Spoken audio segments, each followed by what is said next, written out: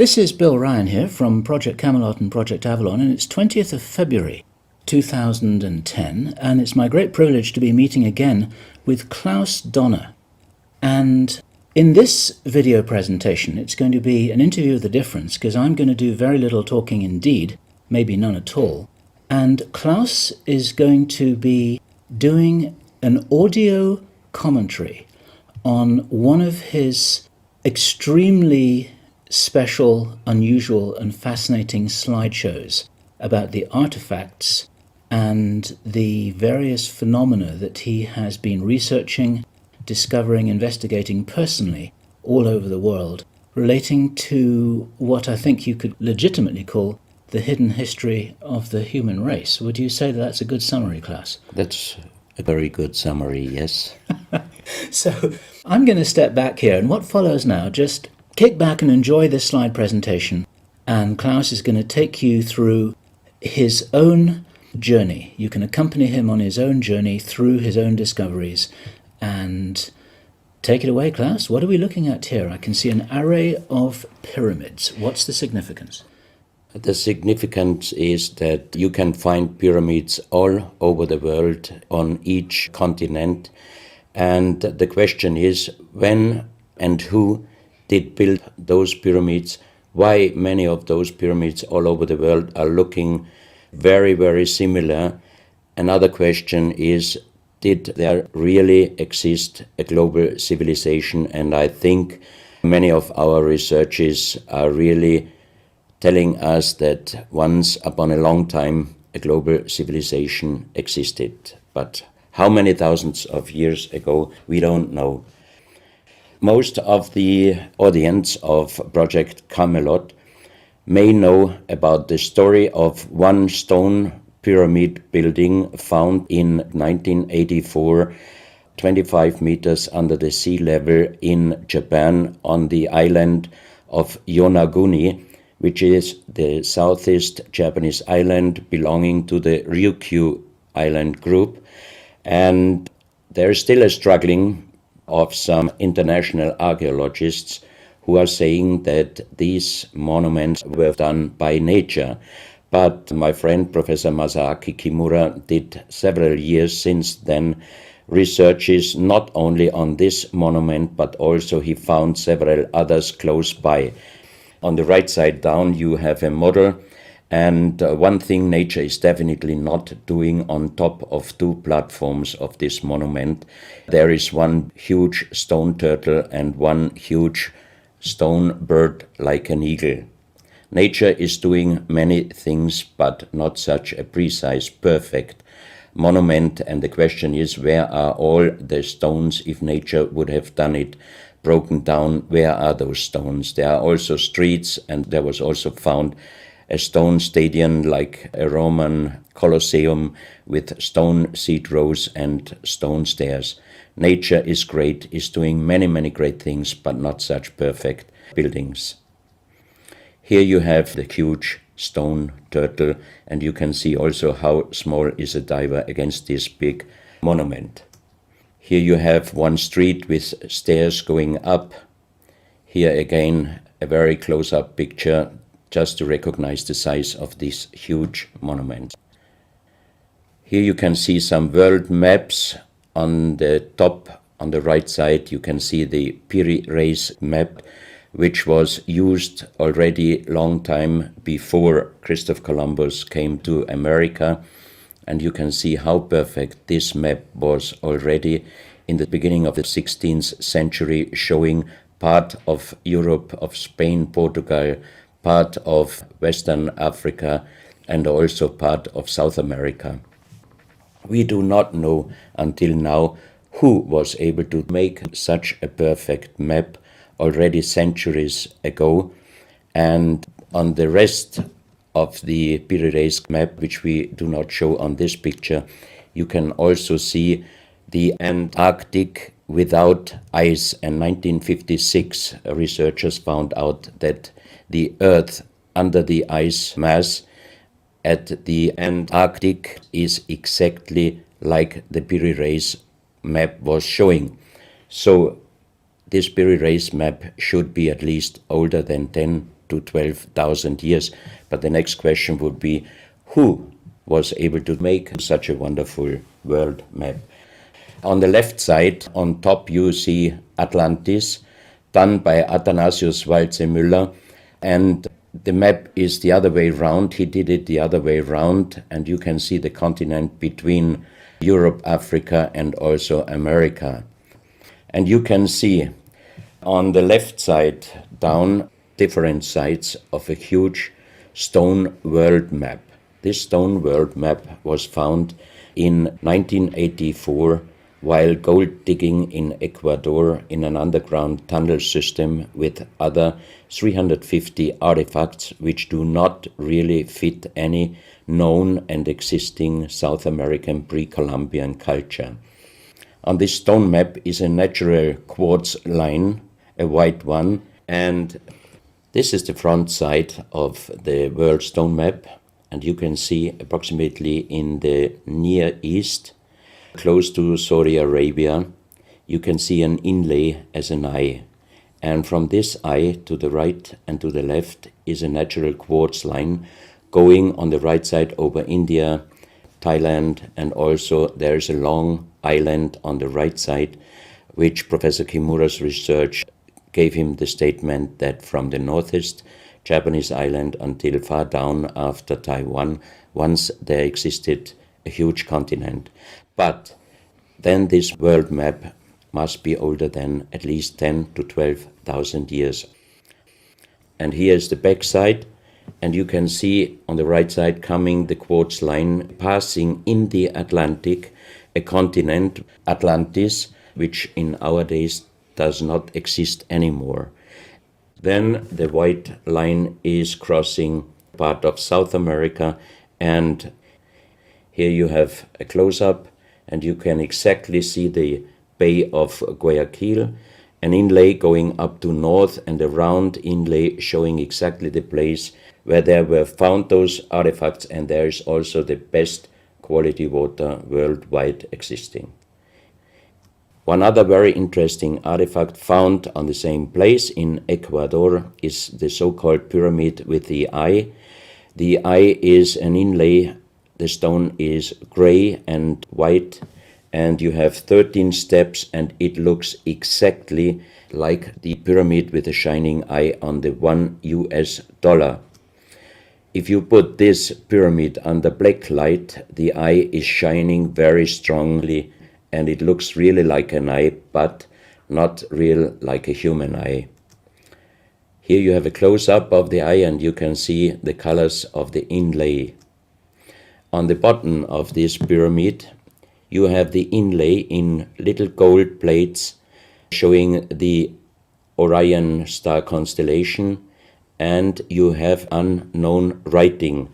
The translation of Professor Kurt Schildmann, who was the president of the German Linguistic Association, and he was perfect in more than 40 languages. He was able to translate this writing. He called it pre-Sanskrit because it is older than the oldest writing. And the translation of these 4 letters you can see here, his translation is "the Son of the Creator comes." As we found the same writing on stones in certain countries like Ecuador, Colombia, Illinois, United States, Clausel, France, Malta in the Mediterranean, Turkmenistan, Australia, and in southern Calabria, Italy, just a few years ago. Always there are stones and ceramics, terracotta with the same writing. That means this writing existed once worldwide, and that means there must have been a global civilization older than Sanskrit, older than 6,000 years. And Professor Schildmann also told me that this writing has a little similarity to the Indus writing and also to the Easter Island writing. And as he said, this is older than Sanskrit. He called this writing pre-Sanskrit. On this stone, you can see on the top the 2 eyes, and then you see the right hand holding the pyramid and putting the left hand on top of the pyramid. That means showing how to use this pyramid with the eye. On this stone you can see an encarving, sitting a man on a stone holding the pyramid exactly as it was shown on the artifact before. From his eyes are going rays out, and on the right side you see two bowed persons. On his head he has something like a small helmet, and from this helmet goes up like an antenna to a strange object over him. And here you have the photo of the discovered helmet.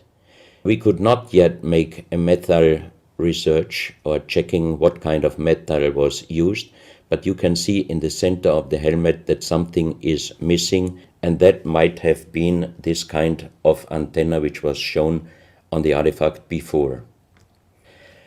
Another very strange finding from the same place is one big jade cup and 12 little jade cups.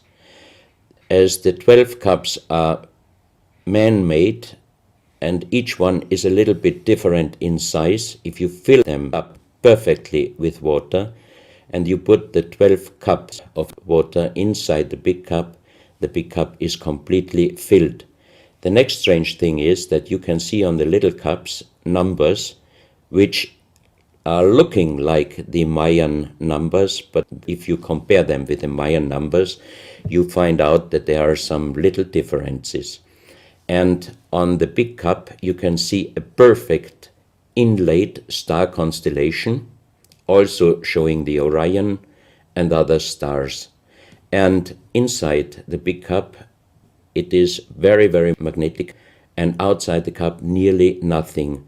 Professional geologists are saying this is impossible because if a stone has metal particles inside the stone, it must be same magnetic from both sides. Here you have a close-up of the big cup and you can see a perfect inlay of star constellations, and they are shining very brightly if you put black light on it. Here you have some small cups that you can figure out more clearly the style of the numbers inlaid in a strange material also shining under black light. That's another piece, a jade plate with the same star constellation inlay like on the big cup, and two persons facing the sky, and on the next picture you can see that also the eyes of these two statues and the star constellation is shining very strongly under black light. This was once a hard-formed brown stone, changing the color in the center of the stone into black, which usually in nature does not happen. And you can see, if you look very close, you can see a face with closed eyes, with a mouth, the nose, a long beard and long hair. On the left side, the face and also the stone is broken. This is the reverse side of this stone. You can see a spiral and a triangle. The center of the triangle is very magnetic, also shining under black light. Here we have the backside of a cobra. The cobra never existed in South America, but this one was found at the same place. On this side of the cobra head you have 33 lines in lines. So 33 is also a very mystical number since long time. And on the left side and right side you have 7 points inlaid, and maybe these are the chakras. Also this cobra head is shining brightly if you put black light on it. Another object here, you have a perfect worked dolphin head, and also this artifact is shining under black light. Here you have a kind of stone helmet. You can put this granite stone helmet on your shoulders, or you can lay your head inside it, and the inlay points which you see on this helmet, some experts told me that these points are exactly the acupuncture points on the human head. Here you can see how it might have been used. And a few months ago, they found at the same place an unfinished stone helmet. So that means that also some of these artifacts were made directly in Ecuador, but many, many years ago. And also the inlay on this object are shining under black light very bright. This is a fantastic jade snake, and also the inlay points are shining under black light. Here we have one artifact which is very perfectly carved on the back side, so that means it might have been used to put this artifact on the front of your forehead.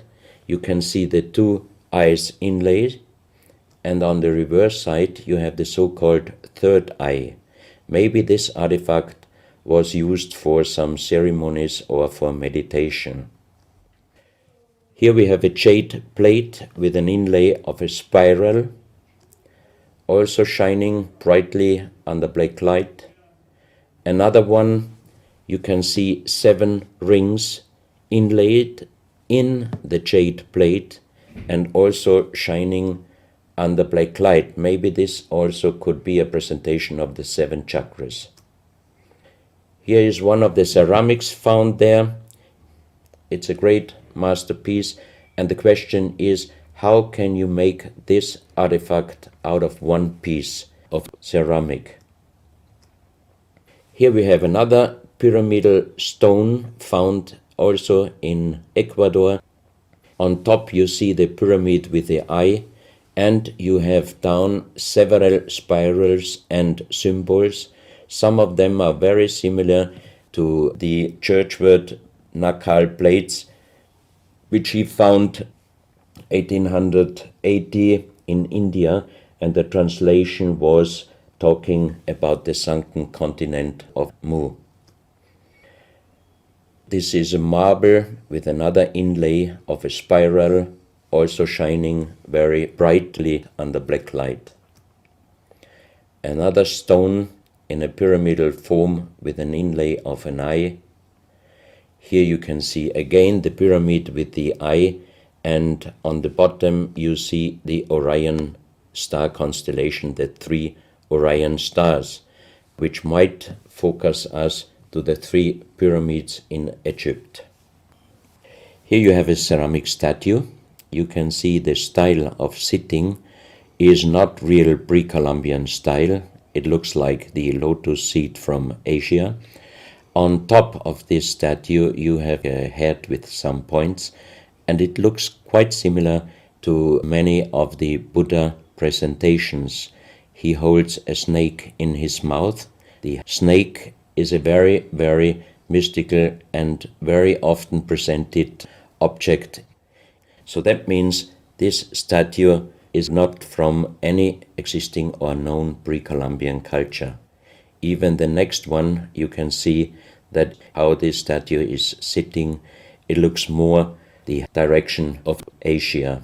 On top of his head, again a very strange head, and in the center you can see like the head of a frog. Also, the frog is a very mystical animal in old South American pre-Columbian culture, but also in Africa and also in Asia. Here another ceramic statue holding a kind of plate in his left hand, and it looks also not really pre-Columbian culture. This another very strange artifact holding a stick with a snake. Again we have the snake here, and the question is where and who this statue was done. This is a photo of the Altiplano in Bolivia. Archaeologists and researchers found out that at least before 4,000 years, there was happen a very big impact in Argentina, and the shock wave of this big impact destroyed many stone buildings in the Altiplano of Bolivia.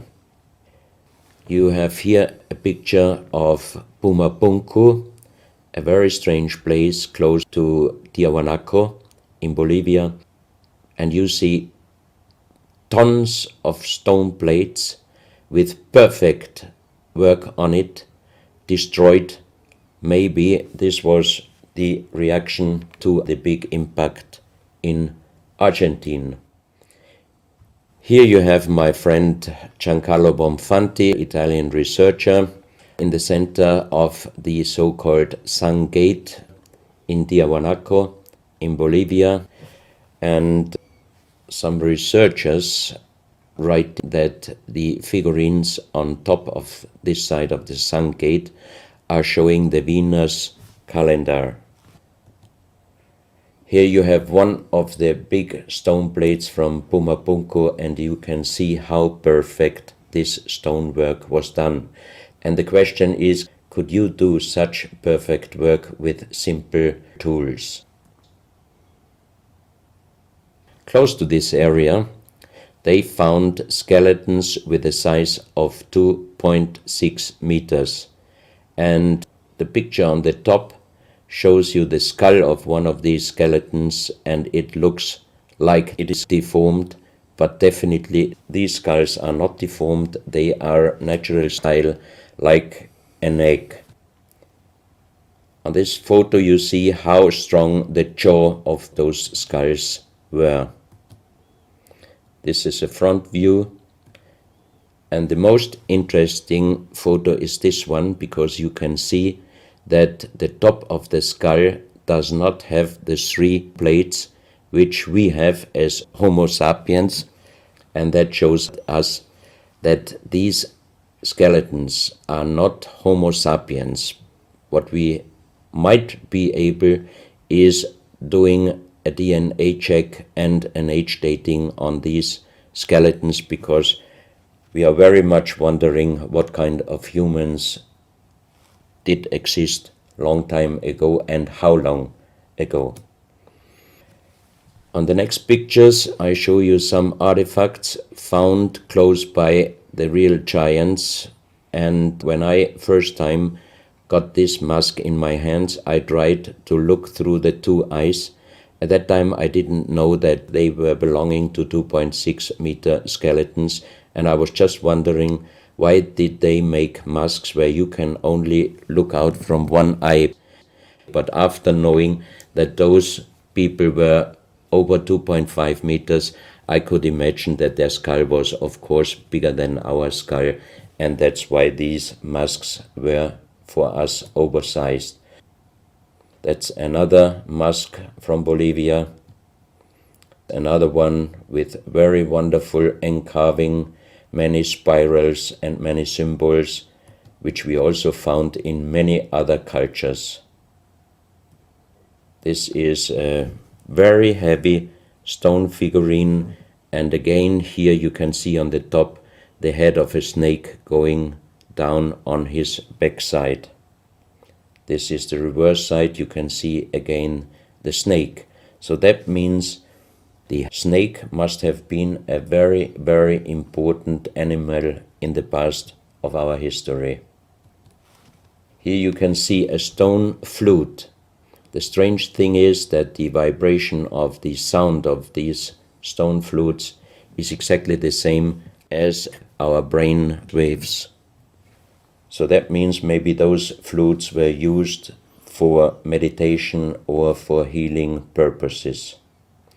And each two holes are connected perfectly with each other. That means you can make perfect holes into this very, very hard stone, but how you connect with simple tools the two holes on the bottom, this would be even in our days a very difficult work to do. Because it's in the shape of a U and it curves round inside the stone. That's right. And With simple tools, you are definitely not able to do such a work. And even the holes are very precise. This is the form of a boat, and you have 3 flute pipes at the end. Here you can see how perfectly they were made. This is another flute, very small. You can use it only with very soft blowing, and the sound is like the sound of the dolphins. This is an artifact where we do not have any idea for what purpose it was used. Now we are in Colombia. On the next few photos, I show you very strange artifacts from Colombia in South America. The most famous industrial designer and architect in Colombia, Professor Jaime Gutierrez, is collecting strange artifacts from his country already since centuries. His most important piece is the so-called genetic disc. Here you can see a disc made out of lyddite, a very hard stone. It's nearly the same hardness as granite, but the structure of lyddite is like leaves, so it would be quite impossible to make the same disc in our days out of the same material. The diameter of this disc, we call it the genetic disc, is about 27 centimeters. And on this disc you have several things presented which usually you can only see with a microscope. For example, on the left side, around 11 o'clock, you can see one egg, human egg, without and another with spermia. On the right side, at approximately 1 o'clock, you can see some spermias, and then you have several very strange presentations which we could not explain. But here on the left side you have a microscopic photo from the inside of a lady done by a Swedish photographer, and you can see that the egg without and with spermia looks exactly like the presentation on this genetic disc. On the reverse side you have on top several presentations of fetus in different size, different age, ending up with looks like a little child. You see also at the end of the plate around 6 o'clock female and male, and also on the right side around 9 o'clock you can see the presentation of man, woman and child. But the strange thing is how they present those human-like heads. Here you can see a knife done by the same material, lyddite. On top of the knife, on the handle, you have mother's head, beyond you have the child's head, and the umbilical cord is going around the neck of the child. So that means this knife would have been used to cut the umbilical cord, saving the child's life. This is a close-up mother, child, and umbilical cord. This is an instrument. It might have been used for helping the child coming out, leaving the mother, when there were some complications. And it is also made out of the same material, lyddite. You have here the vagina and the child's head coming out, and on the reverse side you can put only your thumb inside. That means you can only use this instrument with your fingers, meaning you cannot use power. So that means it might be safer helping the child leaving the mother than our instruments we are using in our days, because sometimes the modern instruments, while being used, can damage the child's head. This, we think, is a medical instrument. It is also lyddite, and it's a perfect form. Another one, and these are other ones, they are very much smaller than shown on this photo. And when we did a material check in Vienna, the most expert worldwide checked those pieces. First of all, the material.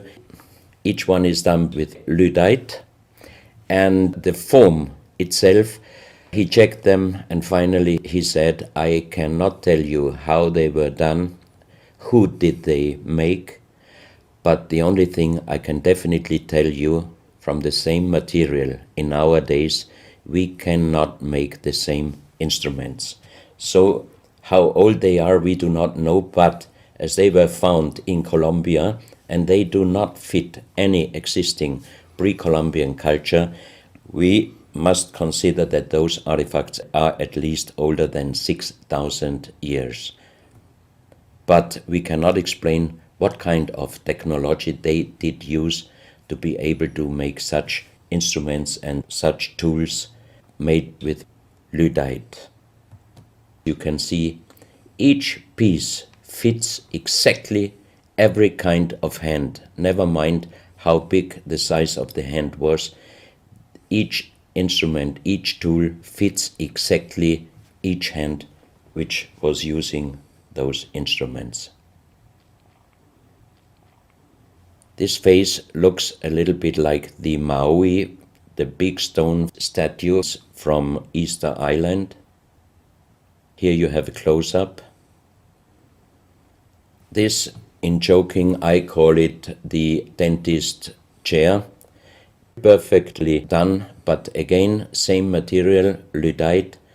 And the strange question is, why, if they could make such perfect figurines out of this very difficult material, why did they show the human face always with big round eyes and a little nose and a big mouth? There is no real explanation possible. This is again one piece from Colombia, lyddite. On the front side you see the mother holding the baby, and on the back side you see the man with armors, most probably for hunting. This stone figurine was found in Colombia. It looks exactly like the Maui statues from Easter Island, but it is only about 30 centimeters in size. This is another masterpiece of stonework. You have on both sides presented one bird, but if you look at the front side, you can see that the two birds presenting a face, and on the left side, between the bird's head and the wings, you see again this unknown writing which we found on stones from all over the world. This is the mother holding a child, very strange face, and it's a kind of jade material. This is another stone from Colombia showing an armadillo. On top of the armadillo you can see a strange face with long ear and two horns on top. On this artifact you can see a smiling face on top. You have two triangles on this side, and on the other side, on the right side, you have a face. Again, the animal face on the right side, and some unknown symbols. And on the bottom of this object you see an animal, looks like a crocodile. Now we are moving to Guinea, West Africa, very close to the border with Mali. They found on a huge granite mountain the half portrait of a lady done in granite stone, and the size of this statue from top of the head until the middle of the torso is exactly 150 meters. So this is a real big question. who might have been able to do such a huge granite half-portrait in a mountain at least 10 to 12,000 years ago, because the Italian geologist Professor Pittoni was on the spot. He did these photos and he checked the earth on the bottom of this mountain, and his calculation was that this stone monument must have been done at least 10 to 12,000 years ago. But then we have the real big question: who could have been able to do such a big stone monument? Even in our days, it would be impossible, or at least it would cost so much money that it would never be able to do. And if you look at the close-up of the face, some experts told me that this face definitely is not European, but also, of course, not Black African. It must be either South American or Asian culture. But then again, we are at the point 10 to 12,000 years ago. It might be the civilization, the lost civilization from Atlantis. Close to this area in Sierra Leone, Professor Pittoni was in charge of diamond excavations. And as he heard in this area a legend about Allah was angry with some angels, and he put them into stone and throw them to the earth. He put the sky, also made it into stone and throw it to the earth, and he put the stars and throw them to the earth. The legend says that the sky you can see on this stone, they call them sky stones, sky blue stones found in this area under the earth. And we did research in Vienna. This is definitely artificial stone. It's not a natural stone, and all the material could be found, but the only thing they could not inform us is what kind of color did they use to get this real sky blue color. The stone figurines found from 20 meters down to even 50 meters. Professor Pittoni always took some organic material from the finding place, and the age dating of those stone artifacts are from 2,500 years up to the oldest one, 17,000 years. Here you have a granite stone, so-called nomoli, stone nomoli, with very nice encarving. Here you have a man sitting on an elephant, as there are also the legends of giants all over Africa. You know how big is an elephant. It's a wonderful stonework. It's very hard and very heavy. There are also some artifacts showing half human or human with the head of a reptile, holding a kind of pot in their hand, and they could put something inside this pot, and also on top of several nomolis there is a hole for putting something inside, and most probably they were used for ceremonies. Here you have a kind of animal. It looks like a dinosaur. And when Professor Pittoni found this statue, it was making a strange noise. So he opened the statue, and they found inside the small black ball you can see on the bottom of the statue, and this was iron material.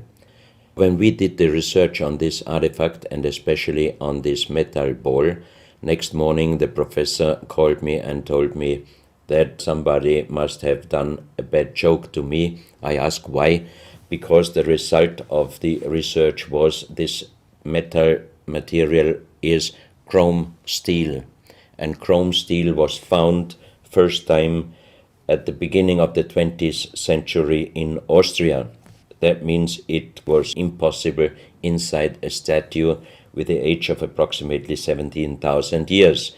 But when I called immediately Professor Pittoni, he was laughing and he said, I'm a geologist. If a statue is making a strange sound, I do not open it just right away, but I did several X-rays, and you can see here on the right picture one of the X-ray photos, and you see that inside the closed statue already the round ball, the chrome steel ball, was existing.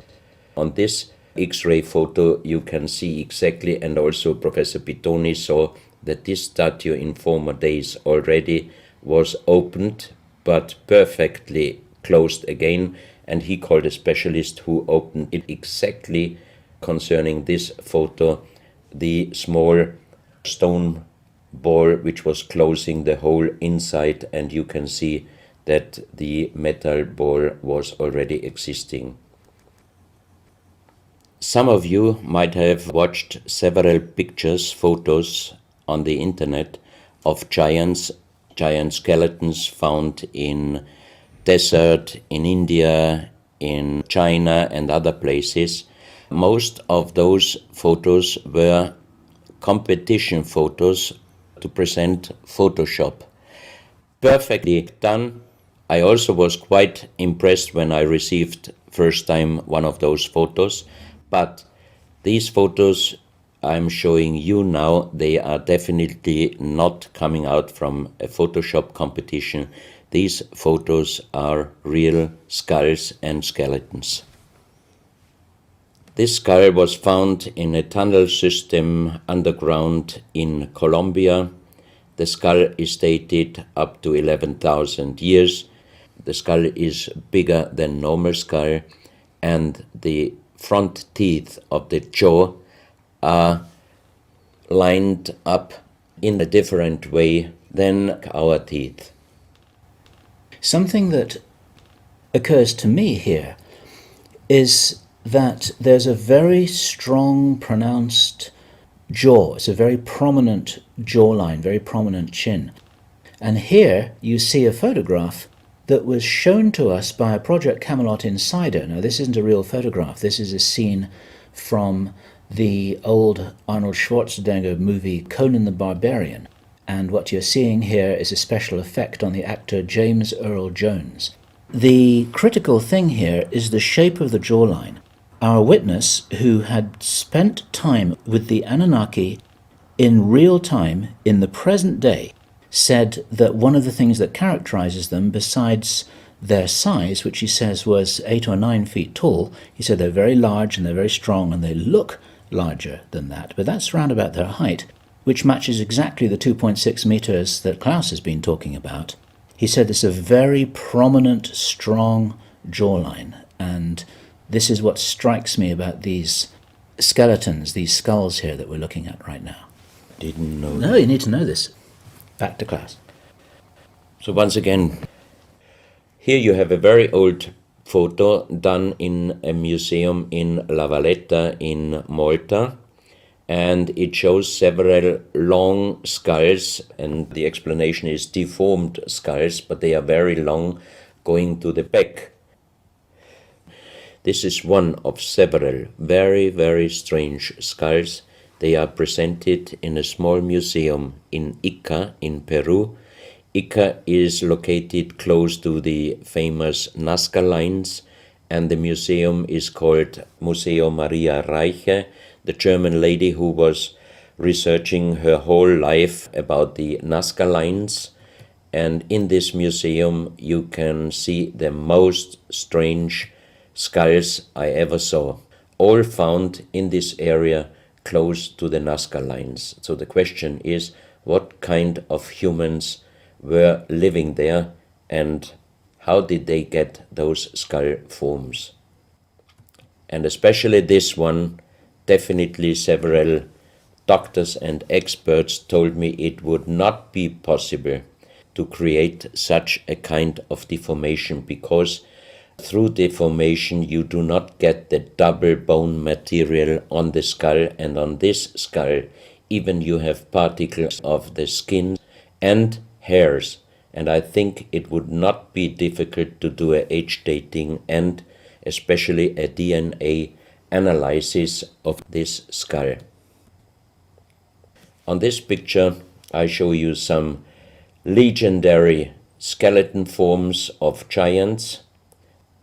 In the year of 1964, in the south of Ecuador, in the province Loja, there broke down a part of a mountain platform, and Father Carlos Vaca, who was working as a priest in hospitals, he was called to this place and he found the broken bones of a giant.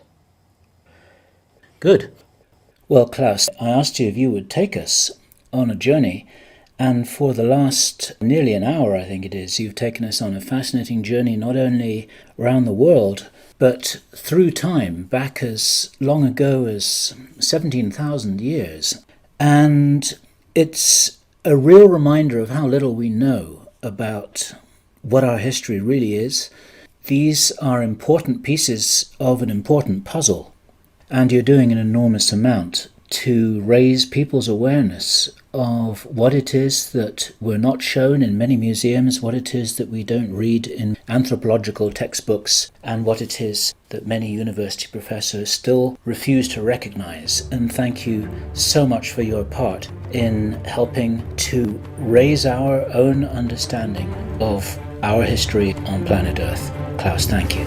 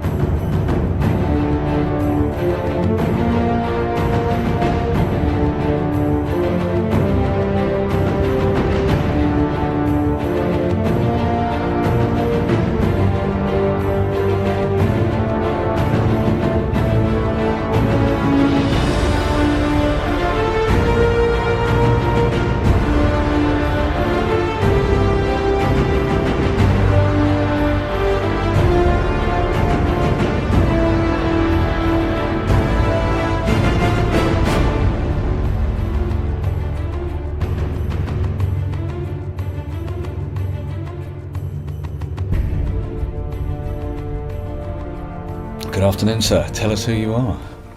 My name is Klaus Donner. I'm from Vienna, and I research unexplainable artifacts since 1997.